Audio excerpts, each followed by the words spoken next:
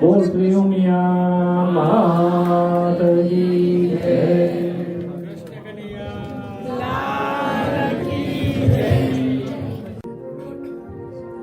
सर्व मंगल मंगल्ये शिवे सर्वार्थ साधिके शरण्ये त्र्यंबके गौरी नारायणी नमोस्तुते।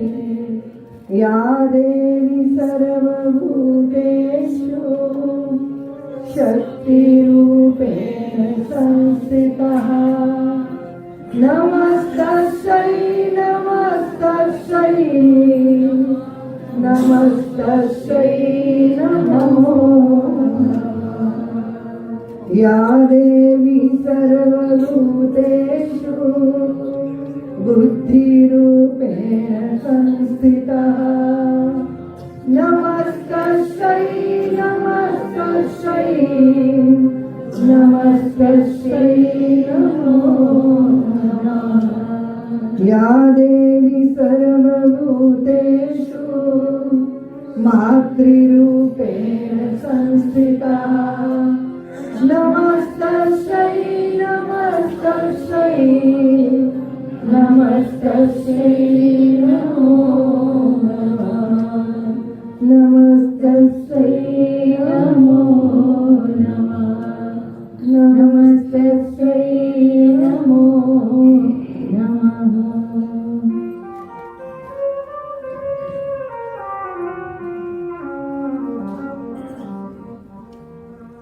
देवी माँ के चरणों के हम सभी पुजारी। देवी माँ के चरणों के हम सभी पुजारी हैं। देवी माँ के चरणों के हम सभी पुजारी हैं। देवी माँ के चरणों के हम सभी पुजारी हैं। उमिया माँ के चरणों के हम सभी पुजारी हैं।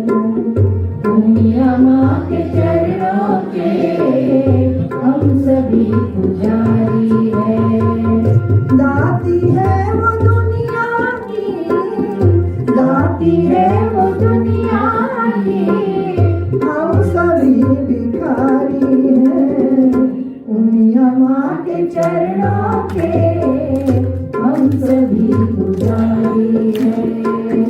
उमिया माँ के चरणों के हम सभी पुजारी हैं।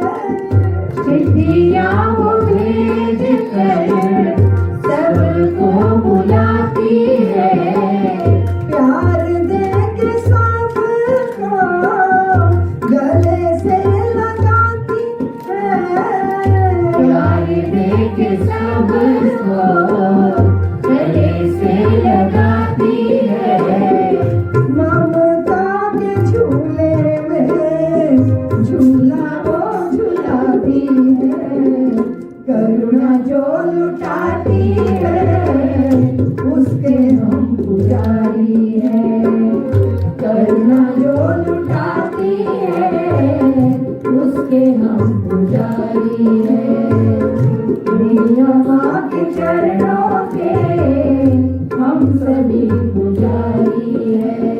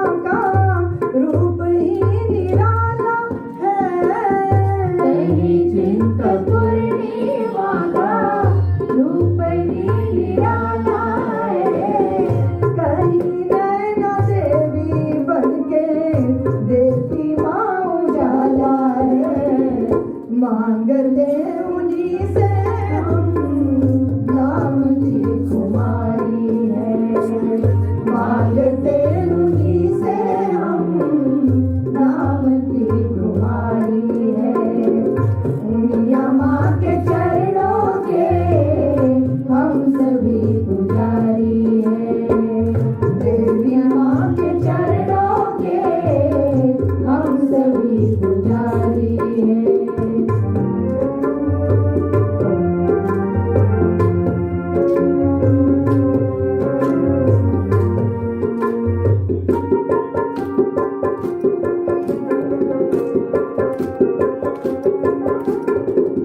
रूप चाहे जितने हो, ज्योति तो एक है। रूप चाहे जितने हो, ज्योति तो एक है। पर्वतों में आके रूप चाहे अनेक है। पर्वतों में आके रूप चाहे अनेक है। भावना से देखो रहे माथा सभी टेक है। सभी जगह भक्तों के झोलियां बसाए हैं। सभी जगह भक्तों के झोलियां बसाई है। दुनिया माँ के चरणों के हम सभी पुजारी हैं। दुनिया माँ के चरणों के हम सभी पुजारी हैं। देवी माँ के चरणों के हम सभी पुजारी हैं। दुर्गा माँ के चरणों के हम सभी पुजारी हैं। माँ के चरणों में हम सभी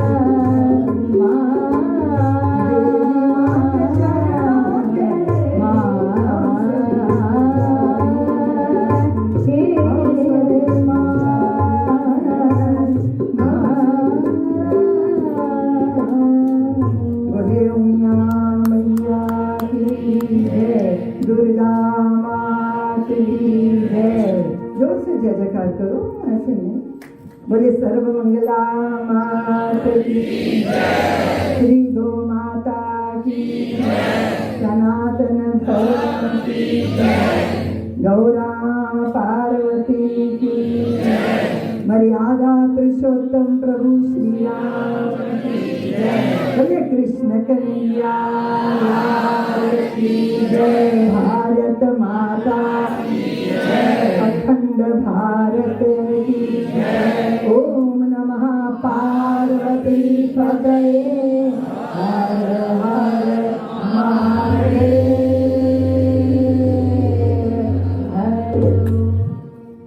आज मेरा सौभाग्य है भगवती उमिया माँ के चरणों में आप सबके दर्शन का मुझे सौभाग्य मिला। कलश, मंगल में कलश लेकर देवियों ने मंदिर के द्वार पे स्वागत किया। भारत की नारी जब शीश पे कलश धारण करती है तो ब्रह्मा विष्णु महेश उसके शीश पे आके विराजमान हो जाते हैं। भारत की स्त्री सामर्थ्य रखती है कि वो तीर्थों को निमंत्रण दे, वो देवों का आवाहन करे, वो अपनी भक्ति से देवी माँ को जागृत करे। और ऐसे अनुष्ठानों में रत भारत की देवियां चाहे अमेरिका में क्यों ना बैठी हों, वहां भी भारत का निर्माण कर लेती हैं। ये बड़े आनंद की बात। हम मनुष्यों की बात छोड़ दीजिए, पशु पक्षी जड़ जंगम की बात छोड़ दीजिए, हमारी श्रद्धा पत्थरों को भी बुलवा देती है। हमारी श्रद्धा पाषाणों में भी प्राण प्रतिष्ठा कर देती है। हमारी श्रद्धा जो अगोचर है, जो निराकार है, उसके आवाहन में उसको विवश करती है कि वो आकार धारण कर ले, सामने आए, बातें करे। बहुत ऊंचे चढ़ के बैठे हो, उससे तो बात बनेगी नहीं। इसलिए मनुष्य बनकर आओ और फिर मनुष्य की पीड़ा भोगो। और मनुष्य को पीड़ा से मुक्त होने का मार्ग भी बताओ। हमारी श्रद्धा वो करामात करती है कि जो सुरपुरवासी है उसको उड़पुरवासी बना देती है, किसी माँ की कोख में आने के लिए विवश कर देती है। श्रद्धा है, ये विश्वास है, ये आस्था है। और हम जानते हैं व्यक्ति होकर भी समष्टि कैसे बना जाता है। हमें वो तरीका आता है कि बिंदु सिंधु कैसे होता है। हमें जीने का वो मर्म आता है कि सीमित बाहों में विराट को कैसे बांधा जाता है।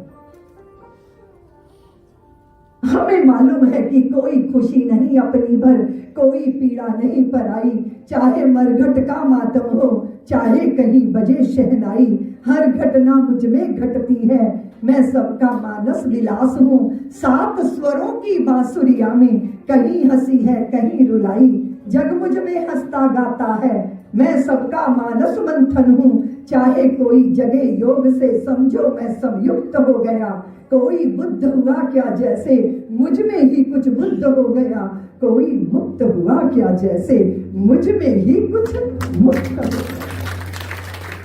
तो उसने कहा कि तू मेरा सुमिरन करेगा तभी मैं तुझे प्यार करूंगा।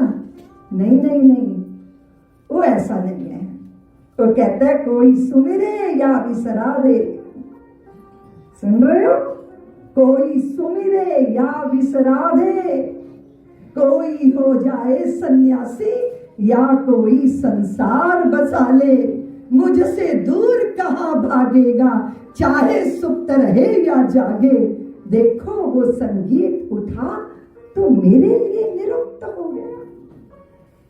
अगर लहर सागर का सुमिरन नहीं करेगी तो भी वो सागर के अतिरिक्त उसका कोई अस्तित्व, सागर ही उसका अस्तित्व है। हाँ, उसकी दिक्कत ये है कि लहर पने में उसने अपनी विराटता को खोया है। वो लहर बन गई तो कहती है मैं बड़ी हूं, तू छोटी है, तुझे मिटाना है, मुझे होना है। वो विचित्र झगड़े में पड़ गई।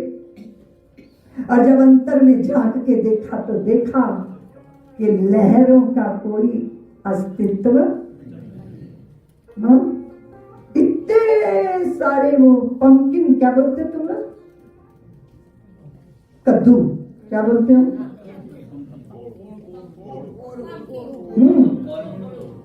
उसने कहा कि कुछ सब मिलकर ध्यान करते। सारे कद्दुओं ने सोचा चलो मेडिटेशन करते हैं। अब ध्यान में कद्दू उतरेंगे तो कहाँ जाएंगे, किधर किसको पाएंगे? कोई छोटा है, कोई बड़ा है, कोई चपल है, कोई चंचल है, कोई बिल्कुल बुद्धू जैसा बैठा है। और जब उतरे अपने अंतर में, अपने मूल में, तो कहां से जुड़ा है? बेल से जुड़ा है।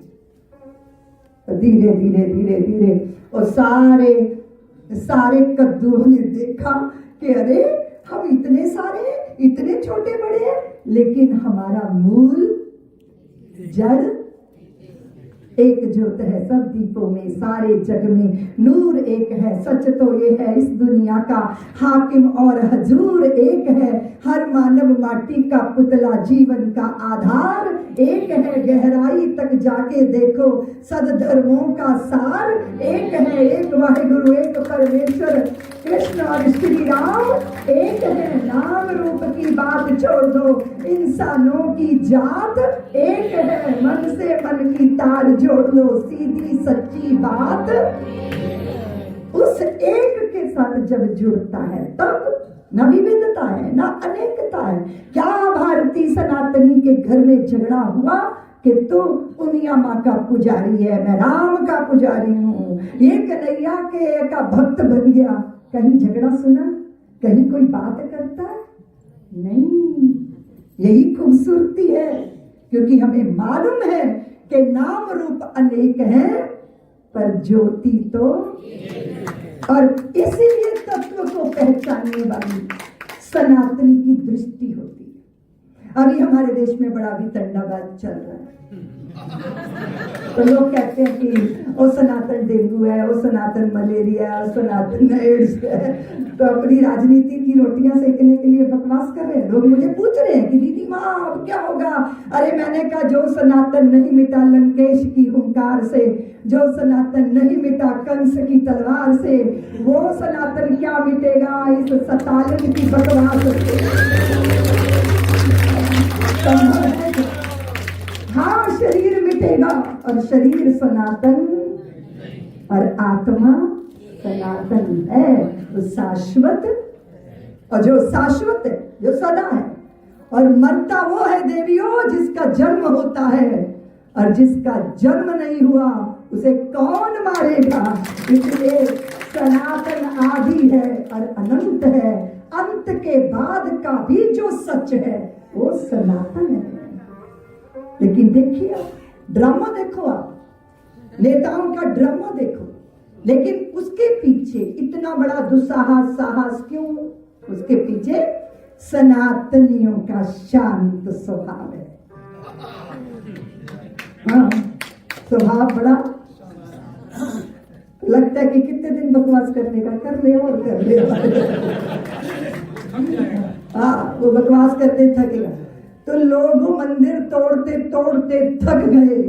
दुर्योधन द्रौपदी की साड़ी उतारता उतारता थक गया, लेकिन द्रौपदी को क्यों? ये वस्त्र वो है जो उतारा नहीं जा सकता, और अगर उतारने का प्रयत्न करोगे तो श्री कृष्ण स्वयं वस्त्रावतार धारण करके प्रकट होंगे। युगों युगों से चली आई है ये सनातन का प्रवाह। न जाने कितने राक्षस आए, न जाने कितनों ने दंभ भरा। हिरण्याक्ष ने कहा नष्ट कर दूंगा, निर्मूल कर दूंगा, समाप्त कर दूंगा, विष्णु भक्तों तुम्हें तुम्हारी हत्या कर दूंगा। और पता चला घर में ही विष्णु भक्त का जन्म हो गया। पता चला अपनी पूरी राजधानी से सनातनियों को मिटाने वाला, परमात्मा के भक्तों को मिटाने वाला दंभ भरने लगा। तो फिर हुआ क्या? कयाधु ने कहा आप आ गए? बोले हाँ आ गया। क्यों आ गए? आप तो गए थे ब्रह्मा जी को रिझाने के लिए, आपको तो शरीर से अमरता चाहिए थी ना। अरे बोले क्या बताएं कयाधु, वो जैसे ब्रह्मा जी का ध्यान करता था मैं, तो एक तोता पक्षी कान में आके नारायण नारायण नारायण नारायण बोलता था, और मेरा बार बार ध्यान भटक जाता था। सोचा अब नहीं दोबारा, और मैंने अपना आसन समेटा और मैं आ गया तेरे पास। कयाधु हिरण्यकश्यप की पत्नी कहती है क्या बोला? वो तोता क्या बोलता था? बोले बोल तो दिया ना कि वो नारायण नारायण नारायण बोल रहा था, मेरे शत्रु का नाम ले। कयाधु ने इतना स्वादिष्ट भोजन बनाया, नख से शिख तक श्रृंगार किया, और हिरण्यकश्यप के सामने भोजन की थाली रखी, और स्वयं विजन पंखा लेके दैत्यराज बताओ ना, मैं भूल गई वो पंछी क्या बोलता था। बोले बताया ना, वो नारायण नारायण नारायण बोलता था। भोजन पाया, शैया पर दैत्यराज गया। कयाधु ने पैर पकड़े, स्पर्श किया, और इसके हृदय में कयाधु के प्रति अनुराग, प्रेम, स्नेह पैदा हुआ। भुजाएं फैला दी, आजा कयाधु मेरी बाहों में आजा। कयाधु ने कहा आपकी भुजाओं में बंधना मेरा सौभाग्य है। और ये तो बताओ वो पंछी क्या बोलता था? बोले बताया ना, वो नारायण नारायण नारायण बोलता था। नारायण की चिंतन, नारायण की चर्चा, और गर्भाधान हुआ। गर्भ में आए नारायण भक्त, भक्तराज प्रहलाद जी महाराज। और फिर क्या हुआ? देवासुर संग्राम हुआ। देवताओं ने, हिरण्यकश्यप गया हुआ था, उसकी नगरी को उजाड़ा, उसकी पत्नी को पकड़ा, बंदी बनाया। देव ऋषि नारद ने कहा देवराज इंद्र ये किसको लेके जा रहे हो? बोले हिरण्यकश्यप की पत्नी को मैंने बंदी बना लिया, गर्भणी है ये, राक्षस दैत्य को जन्म देगी। देव ऋषि नारद बोले मूर्ख है तू, वो भक्त राज को जन्म देगी। और कयादू को ले गए अपने आश्रम, और गर्भ में है प्रहलाद, और कथाएं सुन रहे हैं देव ऋषि नारद से विष्णु की, सत्य की, सनातन की, धर्म की, शाश्वत की। और उस कथा को श्रवण कर करके गर्व पुष्ट हुआ और जन्म हो गया। किनका? कहां पर हुआ? और देखो देवियों, यहाँ एक और भी दृष्टि है। विशर्वा की पत्नी एक ऋषि की पत्नी थी, कैकसी, लेकिन चित्त की दशा अच्छी नहीं थी, तो घर में रावण का जन्म हो गया। और ये कयादू है, राक्षस की पत्नी, दैत्य की पत्नी है, लेकिन चित्त निर्मल है, तो प्रहलाद का जन्म हो गया। तो प्रहलाद वो गुरु पुत्रों के पास भेजा गया, पढ़ाई लिखाई करके लौटा। तो बता बच्चे क्या पढ़ा? बच्चा एक ही बात कह रहा, पिताजी मनसा वाचा कर्मणा, भगवान के चरणों में समर्पित होना चाहिए, विष्णु की भक्ति करनी चाहिए। क्या बोलना चाहिए? ओम नमो, ओम नमो, ओम ओम नमो नारायण, ओम नमो नारायण,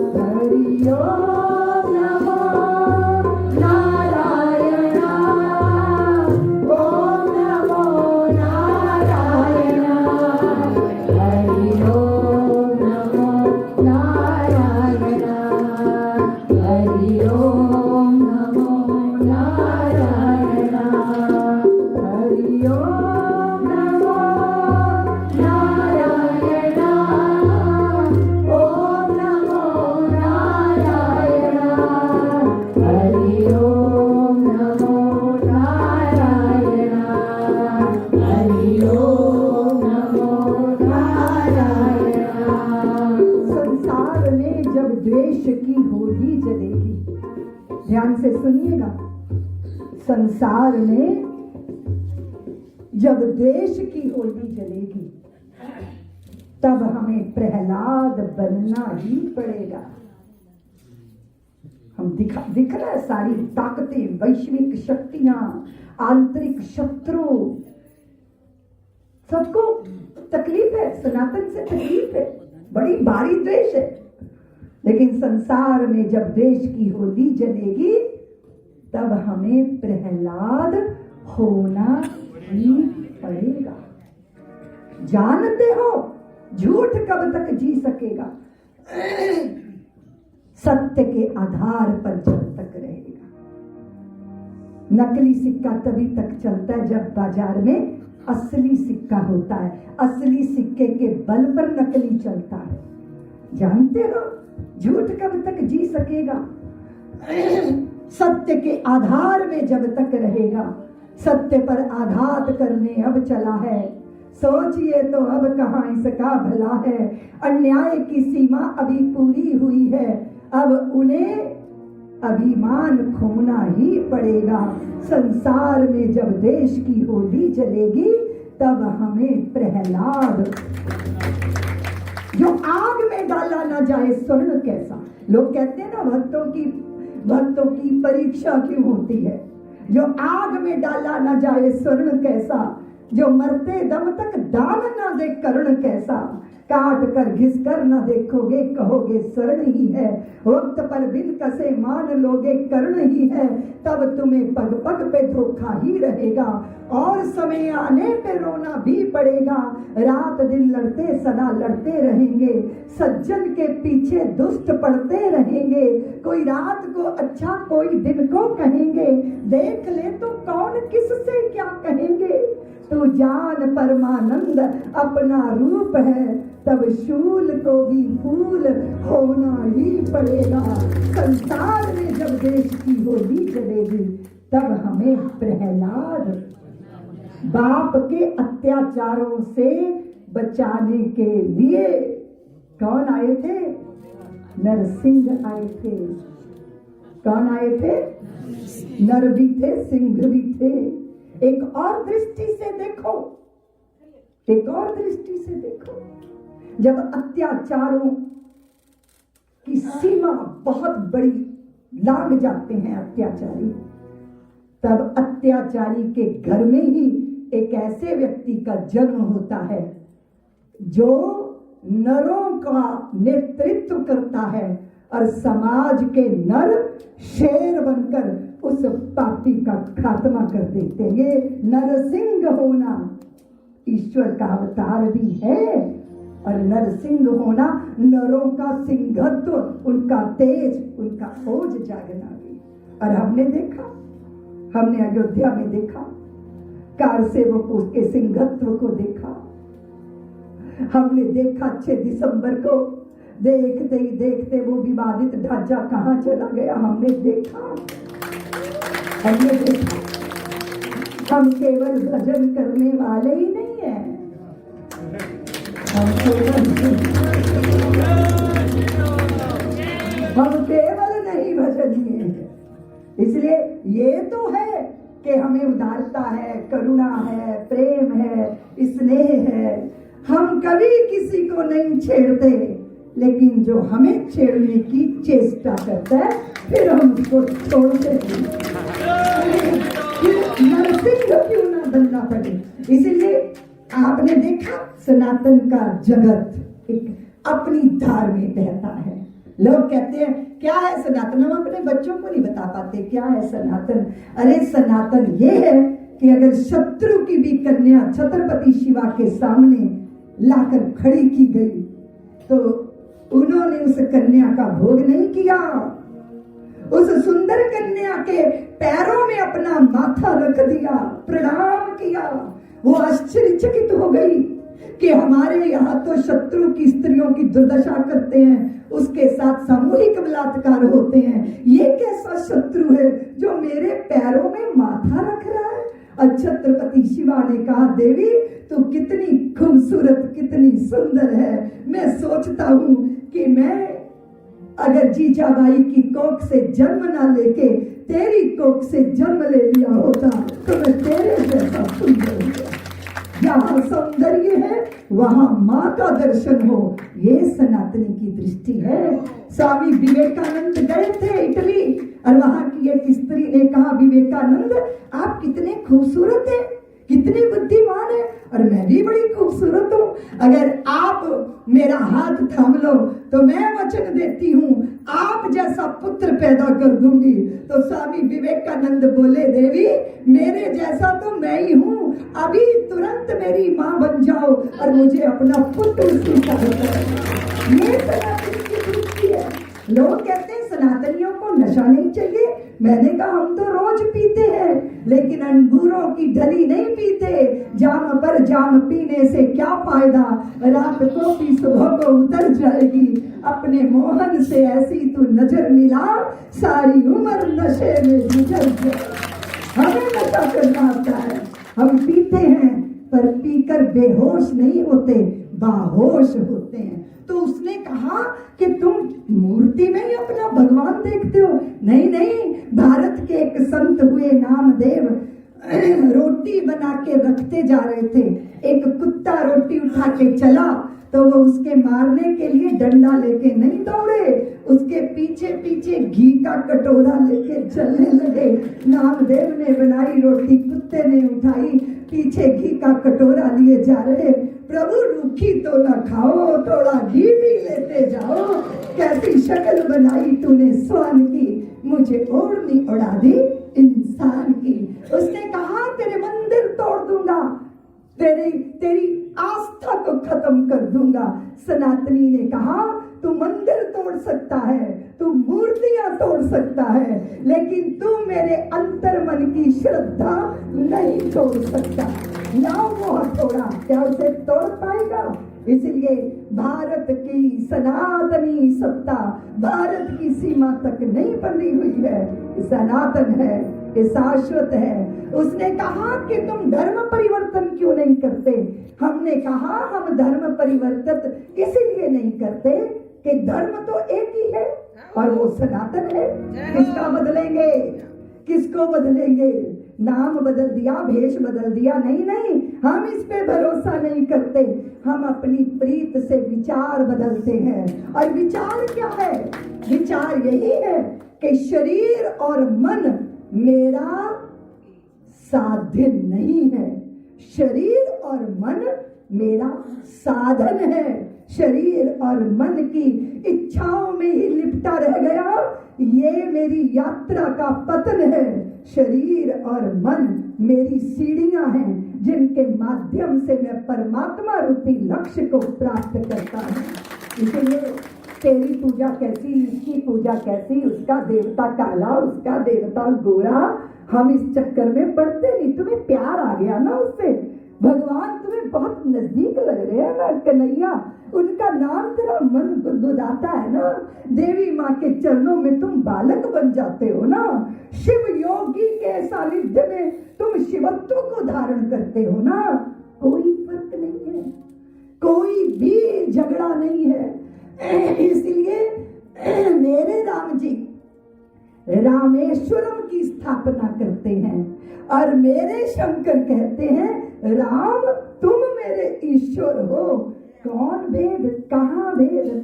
हम योगेश्वर और योगेश्वर का मिलन देखते हैं, हम शिव और राम का मिलन देखते हैं। अरे हम तो त्रिदेवों को प्रार्थना करते देखते हैं कि भगवती इन राक्षसों से हम पार नहीं पा रहे, इसलिए तू आ जा। और वो शेर पर सवारी करके प्रकट हो जाती है। त्रिदेव उनकी आराधना करते हैं। इसलिए हम सनातनियों को देख के लोग चकरा जाते हैं कि यार इनका मामला क्या है, इनके भगवान तो बहुत है, उन्हें पता नहीं कि नाम रूप बहुत है, पर तात्विक दृष्टि में चेतना का दर्शन करने वाले सनातनियों को मर्म पता है। और मैं आप सबसे निवेदन करती हूँ, आशा करती हूँ कि अपनी संतानों को बहुत कुछ देना, लेकिन एक बात जरूर देना कि उनके हृदय में सनातन का बीज जरूर डालना। तुम्हें घबराहट होगी, तुम्हें लगेगा बच्चों को कोई रुचि नहीं है दीदी माँ, लेकिन बच्चों के सुपरस्टार उसके माँ बाप होते हैं। वो जो कर रहे होते हैं उनके अंदर संस्कार आ जाता है, और जब उनकी उम्र तेरी उम्र की जितनी हो जाएगी, उनके अंदर से सनातन स्वतः बोलने लग जाएगा, क्योंकि उनको उस भूख के कारण आकर्षित प्राथमिक दृष्टि से होना ही पड़ेगा। तो माँ पिता क्या देते हैं? क्या देते हैं?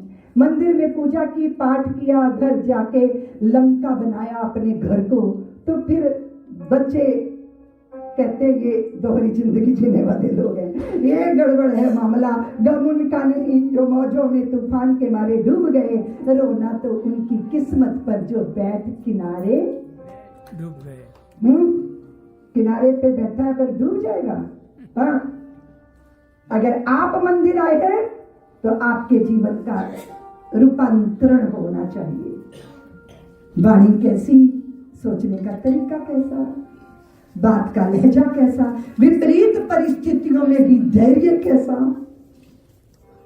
आपके राम जी को तो दास सिंहासन मिल रहा था, पर उनको वनवास की घोषणा हो गई, तो क्या रोए, क्या छाती पीटी, ऐसे निकल गए जैसे छोटा हाथी जंजीरों से बंधा हो और जंजीरों को खोल दिया जाए और वो आनंद से भरकर भागे।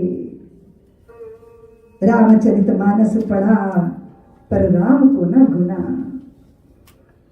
रावण कागज का बना के जला डाला, हर साल उसके पीछे पड़े रहते हैं, पर अहंकार के रावण की अंत्येष्टि न कर पाए।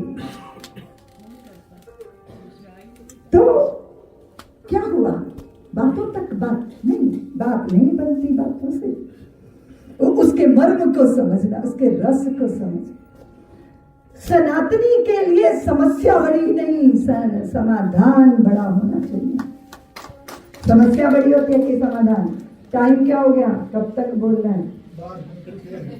क्या बोलो ना राजू भैया, मेरे पास तो घड़ी भी नहीं है।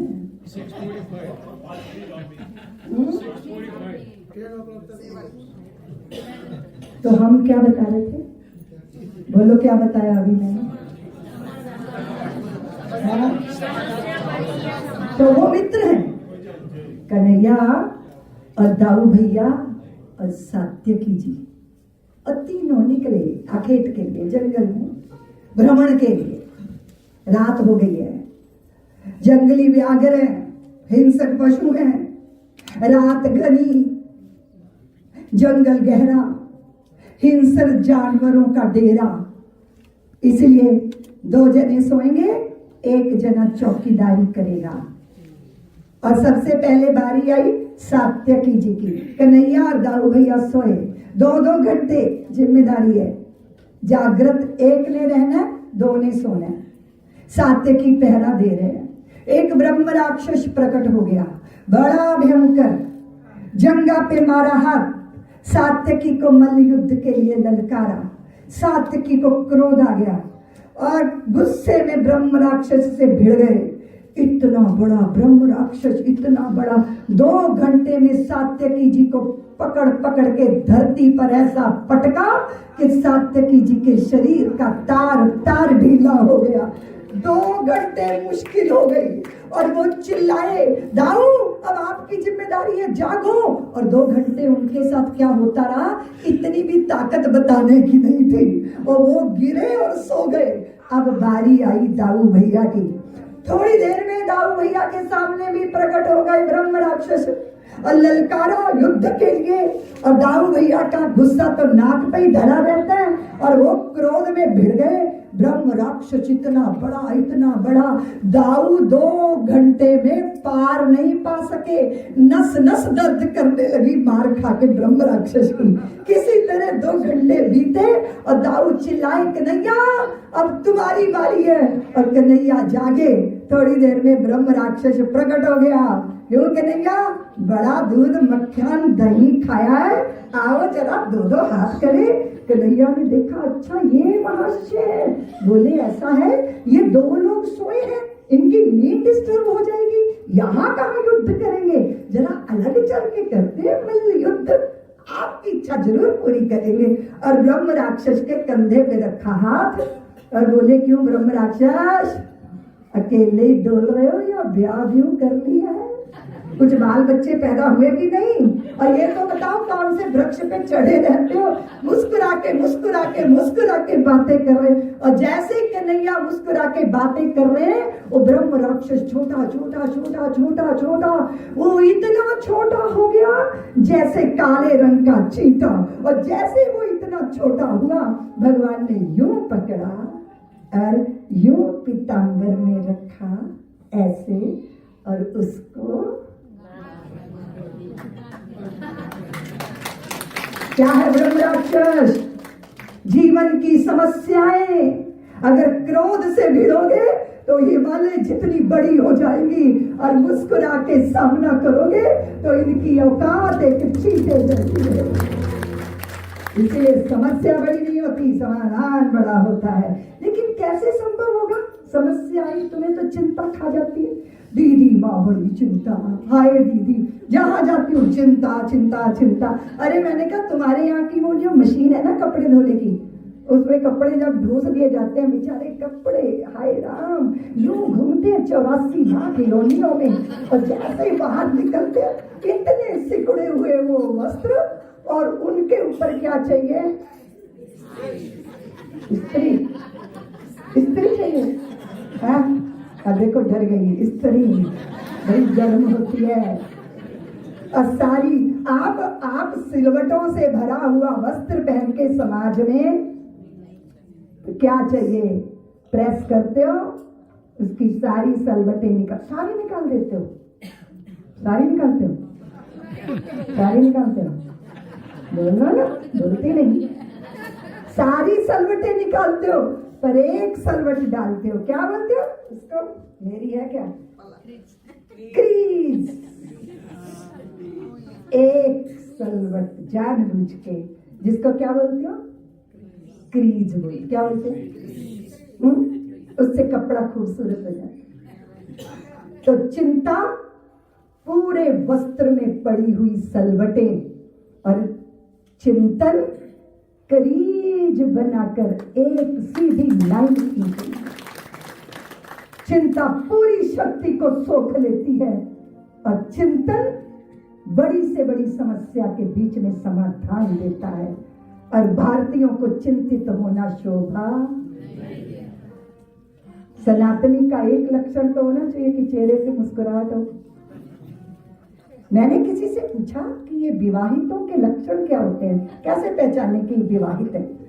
बोले, स्त्री जिसके गले में मंगलसूत्र लटका हो, समझो वो विवाहिता है, और पुरुष जिसका मुंह लटका हो, समझो वो भाई लुट गया क्या? वो इतने उदास हो, क्या कारण है? उनके हंस नहीं सकते, क्या खो जाएगा? वो एक जगह लड्डू बांट रहा था, किसी ने पूछा लड्डू क्यों बांट रहे हो? बोले मेरा घोड़ा खो गया।